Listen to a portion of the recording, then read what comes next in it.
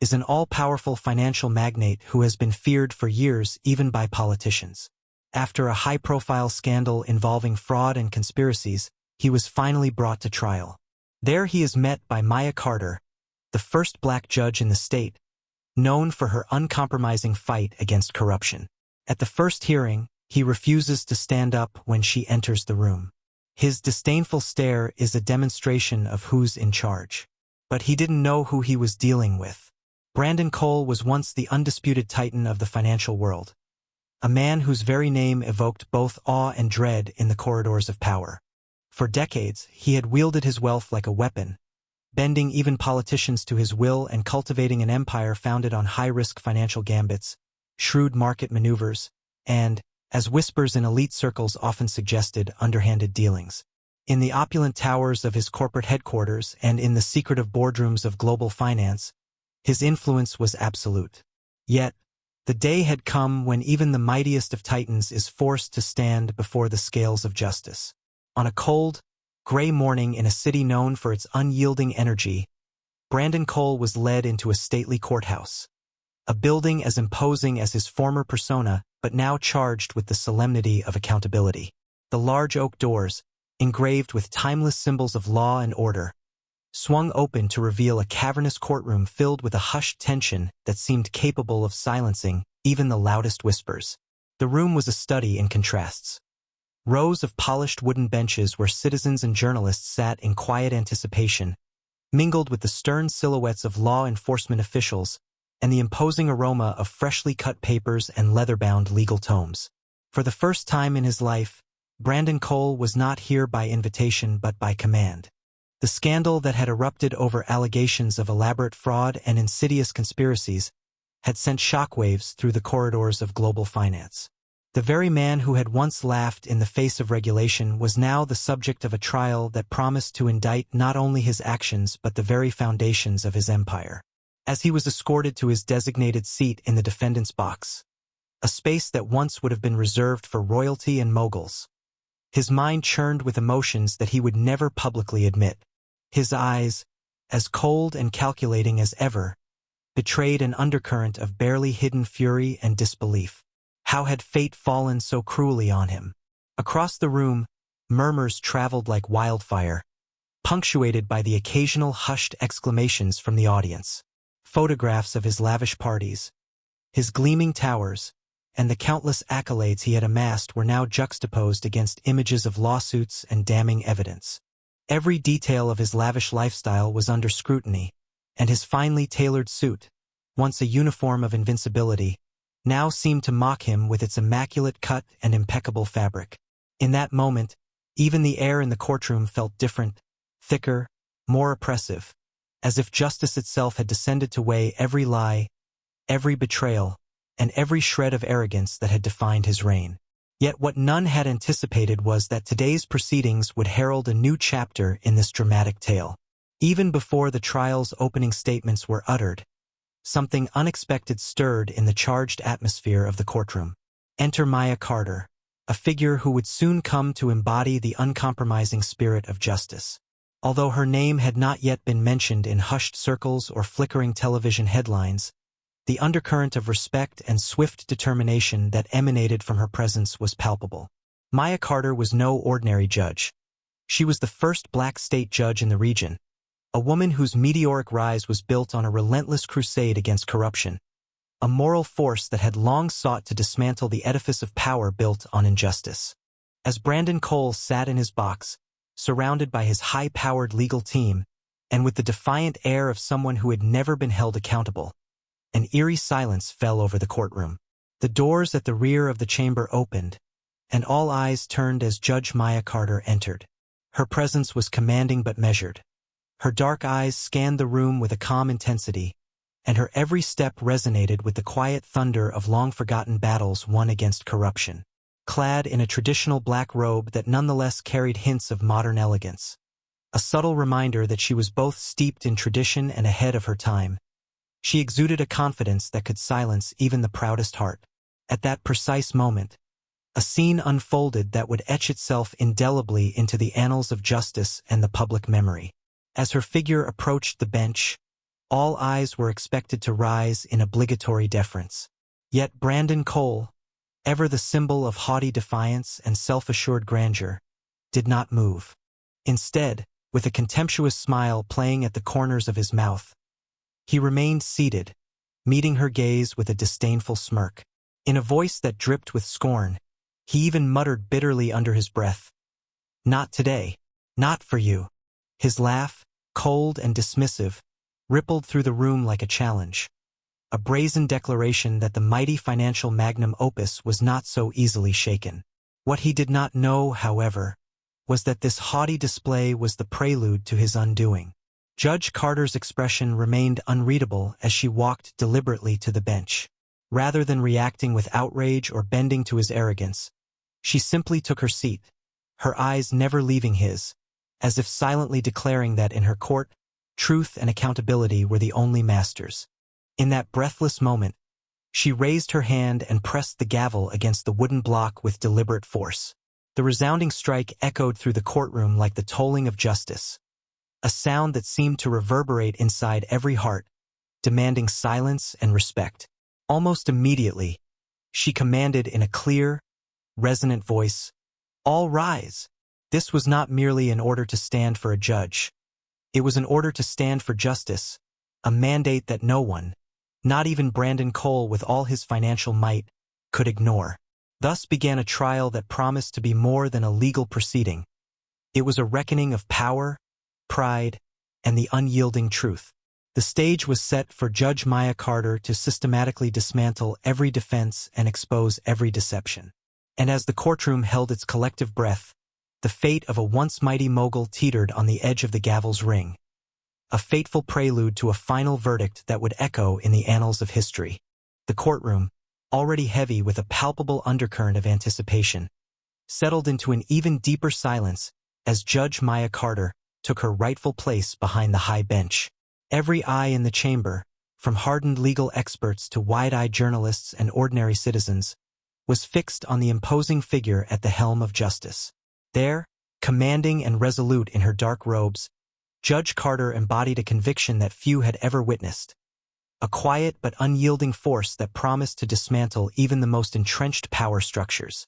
Brandon Cole, seated regally in his designated box with an air of haughty defiance, continued to project an aura of untouchable arrogance. His lavish tailored suit, immaculate in every detail, stood in stark contrast to the severity of the charges he now faced.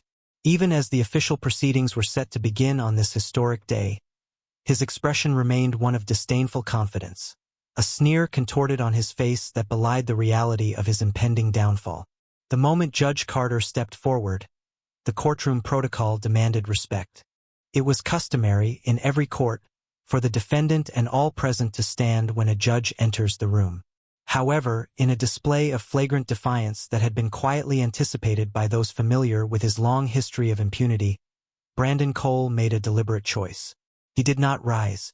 Instead, he remained seated, his eyes glinting with a challenge, as if daring the judge to question his authority. With the subtle reassurance of a smirk, he even muttered to himself, "Not today. Not for you."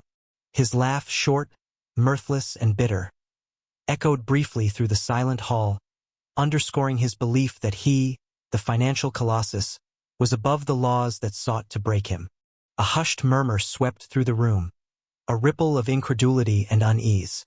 Some in the audience exchanged knowing glances, while others shifted uncomfortably in their seats. For many, it was a surreal moment. A titan, once feared by politicians and titans alike, deliberately flaunting his disdain for the very process meant to deliver equitable justice. But Judge Maya Carter did not allow his insolence to rattle her. Instead, she maintained a measured, almost imperceptible calm, as if she were simply gathering every aspect of his defiance to be methodically neutralized. After a beat, she slowly reached for her gavel. The silence deepened, as if the air itself awaited the resounding sound that would signal the shift in power. With a deliberate strike, her gavel hit the wooden block with a force that resonated like the toll of a distant bell, a sound that seemed to decree, unequivocally, that her authority was absolute. "All rise," her voice commanded, clear and resolute. This time, the command was not merely a matter of protocol. It was a piercing statement of justice being restored. The entire room obeyed, some more reluctantly than others, as the room filled with the combined rustle of uniforms, suits, and expectant murmurs. Brandon Cole, unaccustomed to being challenged in such a public forum, stiffened imperceptibly, his eyes now betraying a flicker of uncertainty beneath the veneer of arrogance. His legal team exchanged nervous looks. They had built their defenses on the premise that their financial overlord was untouchable, a man who had built an empire on audacity and sheer willpower. Now, as Judge Carter's measured authority permeated the room, his smug assurance started to fracture. The judge's opening remarks were crafted with meticulous precision. "Today," she began, her voice both authoritative and clear, "we gather not merely to adjudicate a case of alleged financial malpractice, fraud, and conspiracy, but to reaffirm that no individual, regardless of wealth or power, stands above the law." Her tone carried the weight of countless battles fought for justice, a tone that demanded the respect of everyone present, especially those who had ever tried to bend the rules to their advantage. For the first time in recent memory, Brandon Cole's infallible aura seemed to waver. The contempt he had so cavalierly exhibited was now met with an unyielding force that began to dismantle the fortress of self-assurance he had built around himself. Judge Carter proceeded to outline the charges with chilling clarity, itemizing the instances of regulatory breaches, fraudulent schemes, and deliberate misrepresentations that had been meticulously documented in the case file. Her words cut through the tense silence, leaving no room for ambiguity. All the while, the atmosphere in the courtroom grew thick with tension. Reporters scribbled furiously in their notebooks, legal analysts recorded every word, and the members of the public listened intently, fully aware that historic precedent was unfolding before their eyes. In that charged environment, Brandon Cole's earlier laughter, his defiant dismissal of justice, echoed as a hollow mockery of the responsibility he now faced. As the proceedings advanced, Judge Carter began to methodically dismantle every legal and procedural safeguard that Cole's defense team had erected. She highlighted inconsistencies in witness testimonies, exposed hidden documents that contradicted his statements, and pointed to the sheer magnitude of evidence the prosecution had amassed. Each point was articulated with the calm precision of a seasoned warrior who knew that the battle for truth was fought not with theatrics but with steadfast rigor. Throughout the session, the judge's strategy was clear: undermine the myth of infallibility that had once surrounded Brandon Cole and reveal the human frailties behind the veneer of his power. As she spoke, she interwove references to the broader societal implications of unchecked corruption and financial malfeasance, positioning her arguments not merely as legal points but as moral imperatives. In doing so, she not only aimed to strip Cole of his false invincibility but also to signal a new era where corruption could no longer hide behind the illusion of dominance. Brandon Cole, increasingly flustered as his defenses crumbled piece by piece, could only mutter short, disjointed rebuttals when prompted, his formerly confident tone reduced to snarls of frustration. His carefully curated image of control was being dismantled in real time. The public spectacle that had begun with his brazen act of insolence was now unfolding into a dramatic denouement. A financial mogul, who once commanded awe and fear, was being held accountable in a court presided over by a judge whose unwavering commitment to justice was now the dominant force in the room. At the conclusion of the session, as the gavel once again rang out to signal the adjournment of the day's proceedings, the courtroom erupted in soft but determined applause. The reaction was not one of approval for the spectacle itself, but a collective acknowledgement that something long overdue was taking place. For the first time, many present felt that the scales of justice had begun to tilt in favor of truth, a truth that Brandon Cole had long tried to evade. The next series of court sessions unfolded like a meticulously choreographed dismantling of a once formidable empire. Judge Maya Carter, with her steely resolve and an intellect honed by years of battling corruption, transitioned seamlessly from the initial rebuke into a phase of relentless legal strategy against Brandon Cole's towering defenses. Every argument he and his high-powered legal team had built on privilege and deception began to crumble, piece by piece, under the scrutiny of a judge who was as unyielding as the truth she sought to defend. The courtroom, already heavy with the weight of his earlier insolence, now became the arena for a series of calculated maneuvers. Judge Carter opened the session by addressing the core of Cole's legal arguments. Mr. Cole, the so-called privileges you assert, those protections you believe your wealth and influence afford you, shall not stand in the face of irrefutable evidence and precedent, she declared. Her words echoed in the hushed room and laid bare the first legal trap. She cited numerous statutory provisions and case law, each chosen to negate the so-called corporate immunity that his counsel had been relying on. The meticulously noted citations painted a clear picture. No one, no matter how influential, was above the law. With her opening salvo delivered, Judge Carter's strategy began in earnest. In one landmark motion, she forced the dismissal of several last-minute appeals that Cole's legal team attempted to file on technicalities. These appeals, she stated with clinical precision, are predicated not on new evidence or genuine legal oversight, but on tactics designed solely to delay accountability.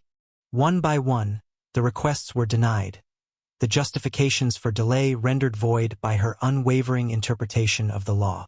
Each dismissal served as a carefully set legal snare, cutting off the avenues through which the mogul had long manipulated the system. Throughout the proceedings, her courtroom was transformed into a stage where every point of resistance by Cole's attorneys encountered a counter-strategy. An hour into the session, a senior member of the defense rose to argue that his client's financial power should afford him some leniency regarding certain procedural missteps. Judge Carter, however, was unperturbed. With a cool, measured tone, she reminded the assembly that the law did not pivot on money or influence but on facts and fairness.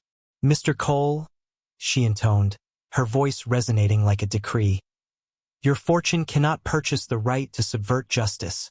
The statutes are clear and must be enforced without exception." The courtroom buzzed with the impact of her words as her every syllable eroded the facade of invincibility that Cole had carefully built over the years. Undermining every attempt at chastisement, she proceeded to unveil the legal pitfalls that lay in wait for anyone attempting further delay. She ruled that every procedural loophole previously exploited to postpone testimony or obscure evidence would be closed henceforth. Witness testimonies that had once been conveniently disregarded were now entered into the record unchallenged, and documentary evidence meticulously gathered over months was laid out with a precision that left no room for reinterpretation. Each of these legal decisions was a calculated strike against the myth of Brandon Cole's immunity, a deliberate strategy that revealed his vulnerabilities amid a fortress of lines, clauses, and judicial mandates. The turning point was dramatic. As testimony after testimony filled the chamber, witnesses whose accounts of corporate malfeasance were now admissible in full, the judge's summation began to weave the threads of undeniable guilt. In her summation, she recounted how Cole had once dismissed even the simplest regulations with a scoff, expecting that his financial clout would silence any challenge. But today, every attempt to invoke his status was met with her resolute countermeasure that disavowed any notion of untouchability. "Let it be known," she pronounced, "that when an individual uses contempt for the law as a shield, the accuracy of the law and the suffering of the many demand nothing less than the full weight of justice." Throughout the day, the courtroom's atmosphere shifted palpably. The once confident glare that Brandon Cole had wielded so casually began to falter as Judge Carter methodically dismantled his legal defenses. His legal team scrambled to keep pace with the rapid succession of rulings that nullified every advantage they had previously wielded. The judge's litany of decisions was not just a series of legal technicalities. They were a moral indictment that signaled to every spectator that no amount of wealth or influence could insulate one from moral accountability. As the session drew on, news cameras captured every moment.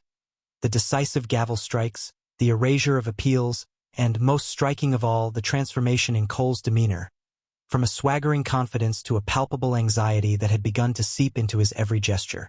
The courtroom was alive with the sound of justice imposed in real time. Every legal maneuver by Judge Carter was a resonance of the truth that had long been suppressed behind financial jargon and corporate bluster. For the media present and the citizens following the historic trial, this was more than just a legal proceeding. It was a turning point. The world watched as a man who had built his empire on the premise of being untouchable was now being stripped of the very privileges that had once separated him from ordinary accountability. Judge Carter's strategic dismantling of his appeals and the systematic closure of every loophole painted a vivid portrait of a justice system recalibrated to value truth over power. In that charged environment, every legal decision she pronounced was a blow against a corrupt era. A declaration that the age when the mighty could operate without facing consequences was drawing to an emphatic close. As the session ended with a final, decisive ruling on a crucial appeal, the courtroom resounded with a murmur of awe and relief. Brandon Cole's empire, meticulously built on the illusions of invincibility, was now exposed for what it truly was: a house of cards collapsing under the relentless force of truth. Before she became the unyielding arbiter of justice presiding over Brandon Cole's case, Judge Maya Carter was, for many years, a fighter battling on streets and courtrooms that constantly sought to diminish her worth. Raised in a modest neighborhood where every day was a lesson in resilience, Maya was no stranger to prejudice and exclusion. As a young girl in a community where opportunity was scarce and ambitions were often curtailed by lingering stereotypes, she understood early that the rules were not written for her, but she decided, with fierce determination, to rewrite them for herself and for those like her. Maya's earliest memories were colored by the sharp sting of discrimination. In school, her achievements were frequently overlooked by teachers and administrators whose expectations for her were already low. Even when she excelled academically, whispers suggested that, "This isn't a place for a girl like you," implying that her potential was not meant to challenge the status quo. It was during these formative years, amid the discouragement of those around her, that Maya forged an inner resolve to prove that merit would always shine brighter than prejudice.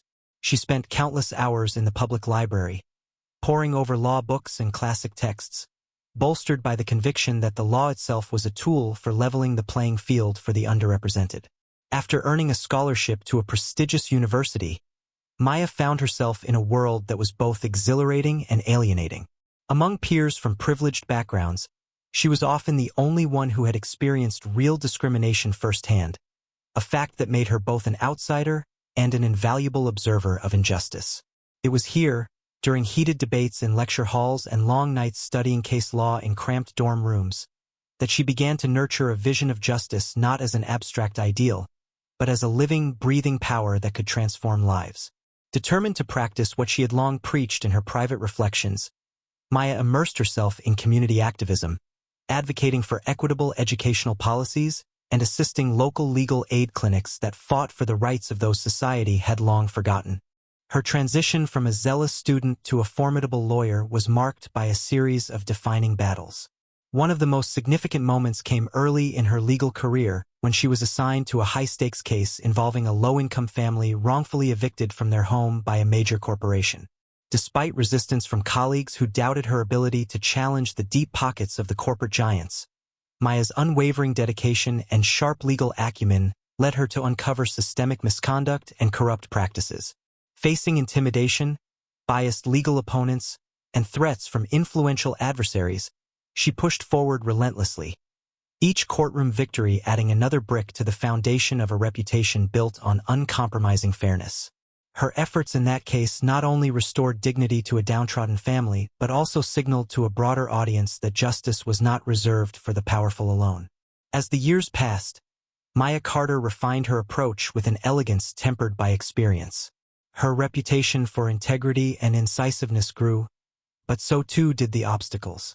In boardrooms and courtrooms, she encountered overt skepticism and barely concealed derision from peers who saw her ascent as an anomaly. They doubted her capability, questioned the validity of her rulings, and at times even went so far as to dismiss her perspectives because of her background and skin color. Yet every dismissive comment, every condescending sneer, fortified her resolve. She learned to harness her personal hardships, turning them into a strength that informed every decision she made from the bench. In her mind, the law was not a rigid weapon to be wielded by the mighty. It was a shield for those dismantled by injustice and a hammer to break the cycle of systemic bias. Every trial that Maya presided over became a microcosm of her lifelong struggle against oppression. Behind her composed exterior, She carried the memory of each insult and each unfair moment, transforming that pain into a guiding light to ensure that no individual would ever be sidelined simply because of their heritage or social standing.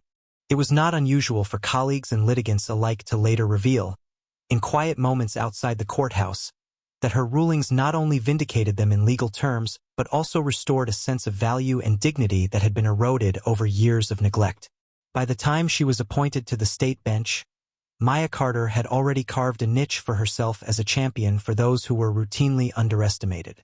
Her personal history became both her armor and her inspiration, each ruling infused with the quiet fury of a woman who had been denied and dismissed throughout her youth. Now, standing at the helm of a courtroom that would soon determine the fate of Brandon Cole, she was not only executing the law but also telling a story. It was a story of perseverance in the face of overwhelming odds, of battles fought in the margins of society that, against all expectations, reshaped its core principles. In every measured word and deliberate pause, the courtroom could sense that Judge Carter was more than a mere arbiter of legal codes. She was the embodiment of a lifelong crusade for justice. Her past, rife with sacrifice and struggle, had prepared her for this pivotal moment. It was the culmination of decades of silent warfare, battles waged in classrooms, courtrooms, and communities where every victory, however small, was a testament to the human spirit's unyielding demand for equality. As she prepared to deliver her next ruling, the eyes in the room not only saw a judge but recognized the echo of a young girl who dared to defy the odds, who transformed every sneer into resolve and every setback into a stepping stone. It was this legacy, this undying pursuit of real justice, that now lent her every word an additional resounding weight, a reminder that true leadership is not derived from intimidation, but from the strength to stand up for every unheard voice. As the trial advanced into its middle phase, the atmosphere in the courtroom grew even more charged with anticipation. With every ruling by Judge Maya Carter, Brandon Cole's once impenetrable aura of invincibility continued to crumble. Unwilling to accept his disintegration without resistance, Cole's defense team and his personal public relations machine launched an aggressive counteroffensive, and what followed was an explosive confrontation that would soon become the talk of the nation. At the beginning of this session, after Judge Carter had methodically quashed several last-minute appeals and sealed off every loophole in Cole's case, his lead defense attorney rose from his seat with a calculated swagger, clipboard in hand. He began speaking not only to the judge but directly to the assembled press, whose cameras glistened like watchful sentinels in the gallery.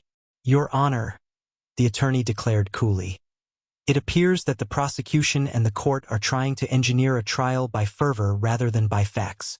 We must not allow the media frenzy to cloud the principles of fair adjudication." His tone was both a challenge and a calculated appeal to public sentiment, a plea meant to recast Cole as an embattled genius boxed in by an overly zealous system. For a brief moment, the courtroom buzzed with murmurs as reporters scribbled rapid notes. The defense's overt attempt to involve the press was an unmistakable signal that Cole would not go quietly.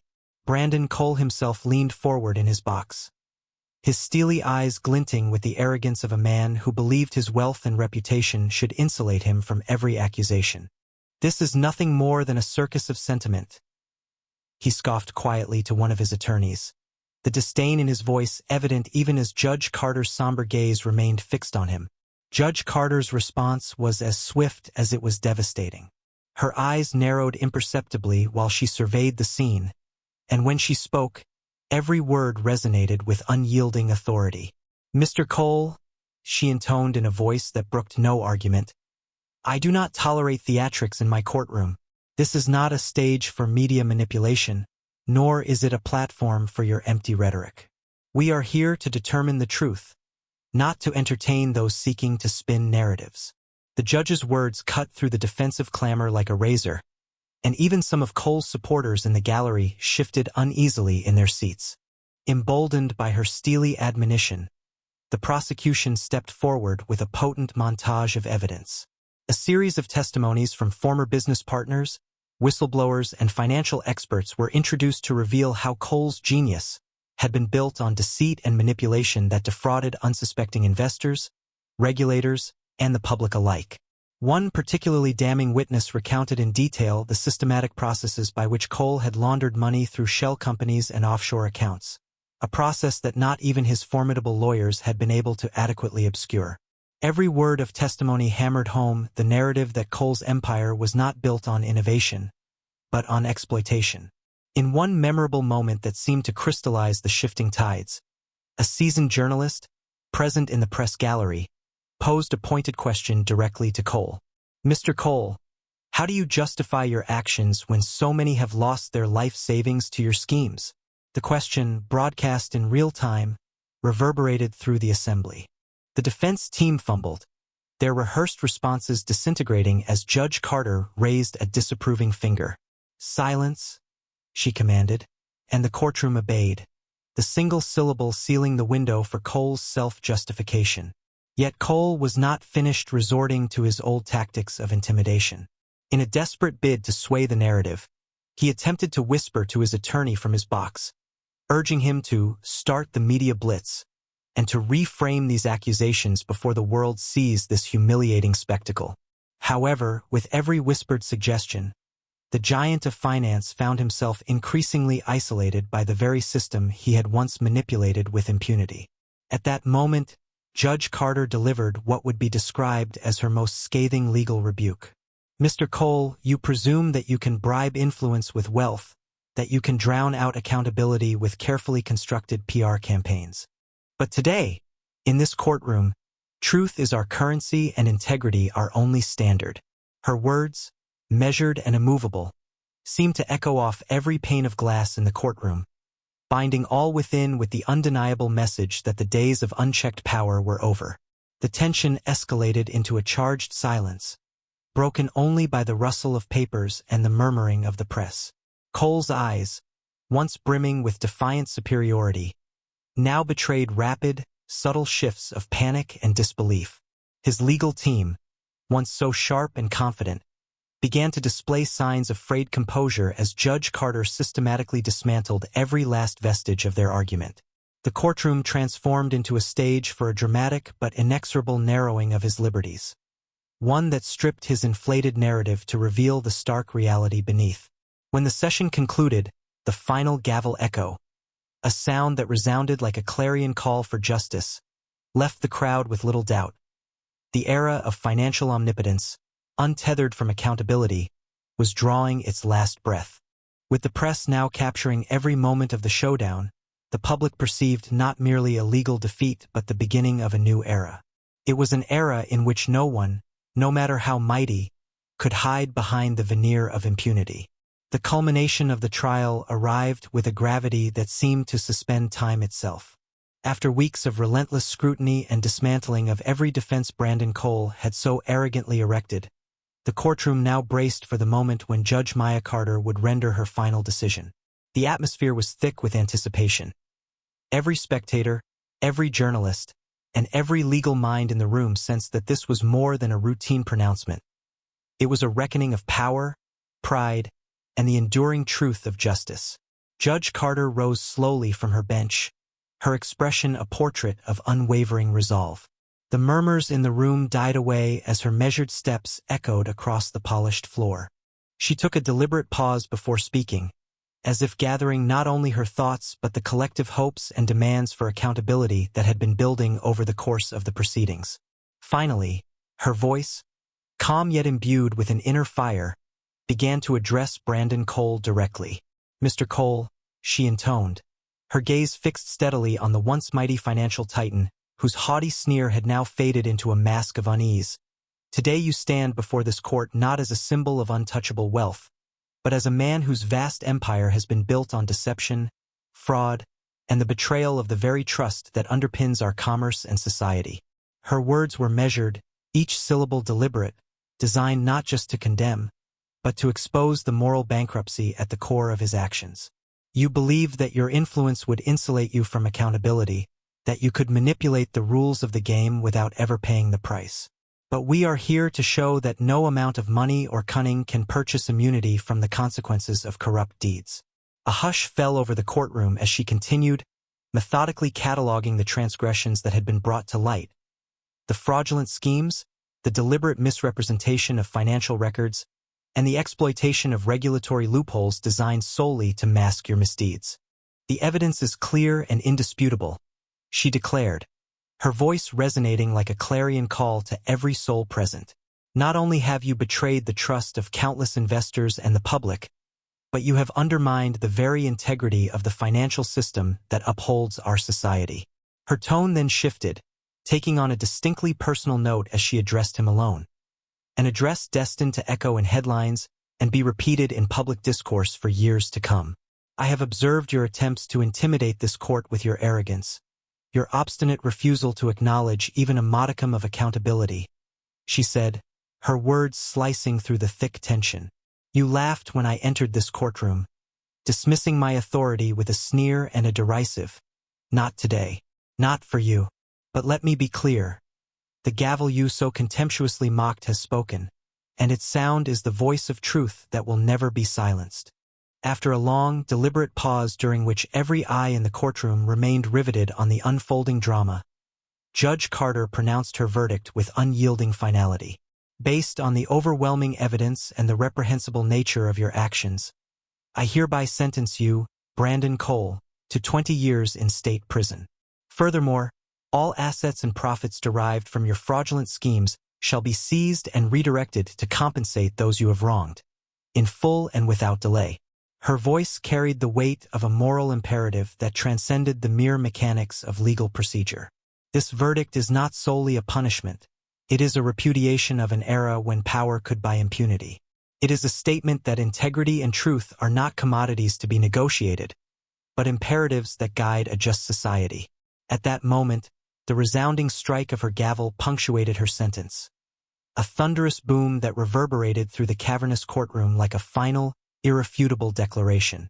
In an awe-inspiring climax, the entire room erupted into applause. Citizens, journalists, and even some members of the legal establishment, long in search of a vindication of justice, rose to their feet in a spontaneous ovation. Their clapping was not merely an expression of relief. It was a celebration of the renewed hope that truth had finally triumphed over corruption.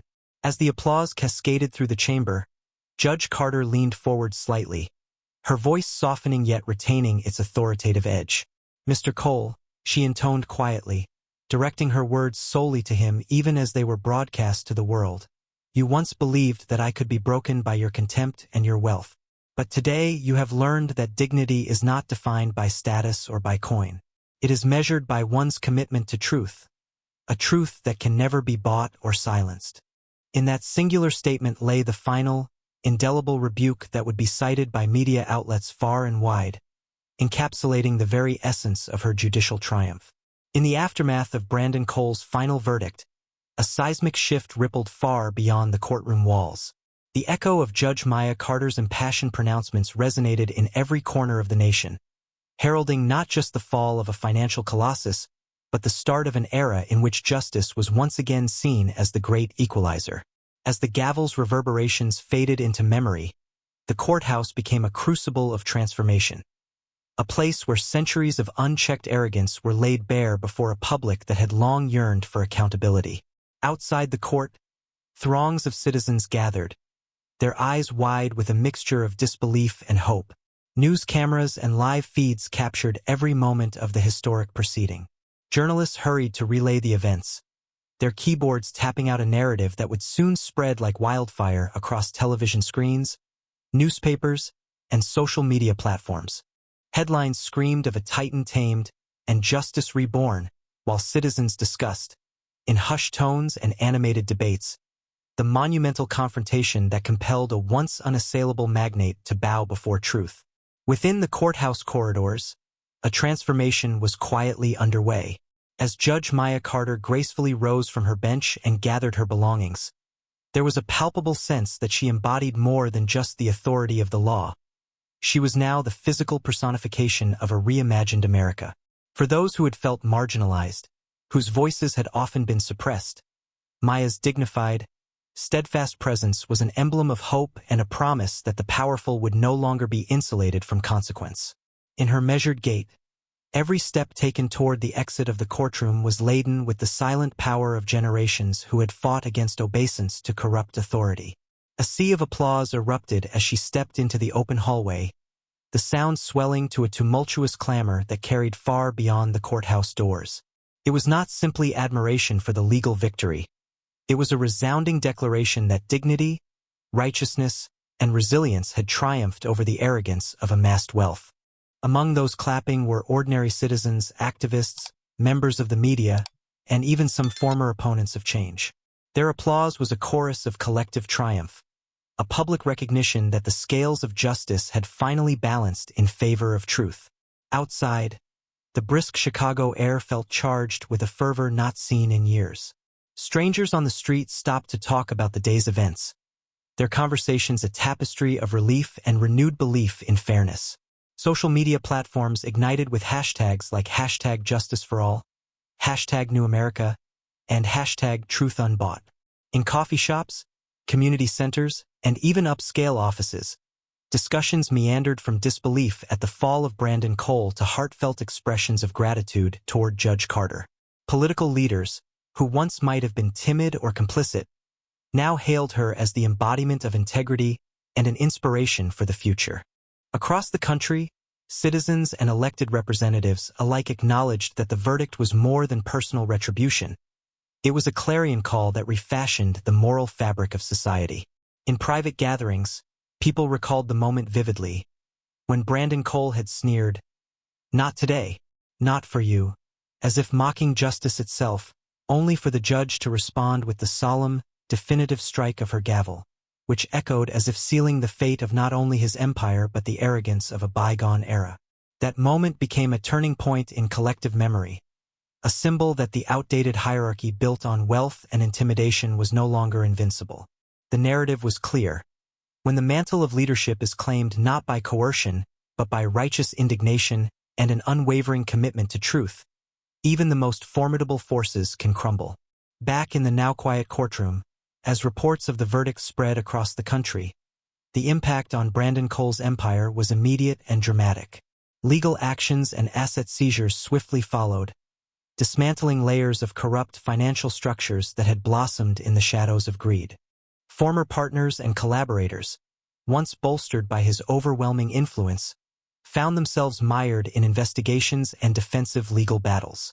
The once omnipotent financial magnum opus was reduced to a cautionary tale, a stark reminder that the privileges afforded by wealth were invariably fragile when confronted by unwavering justice. As Judge Maya Carter exited the hall for the final time that day, her path lit by the soft glow of evening lights and accompanied by cries of approval, it was clear that her legacy would go far beyond the confines of that singular trial. She walked into a future where her decisions would serve as a beacon for reform. The courtroom had indeed become a stage for a collective renewal, a reawakening of public trust in a system that had been too long corrupted by unchecked power. Later that night, as the city settled into an uneasy calm, pundits and everyday citizens echoed a sentiment that would be inscribed in the annals of modern history. He thought she could be broken by contempt, but she taught him that dignity is not defined by status. It is defined by a truth that cannot be bought. In that simple yet searing declaration, Judge Carter's legacy was immortalized.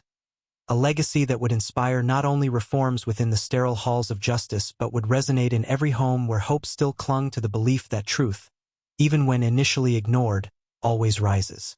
Subscribe if you believe that truth always stands, even when met with defiance, and that true leadership is measured not by power or wealth, but by the courage to uphold an unyielding, uncompromising commitment to justice.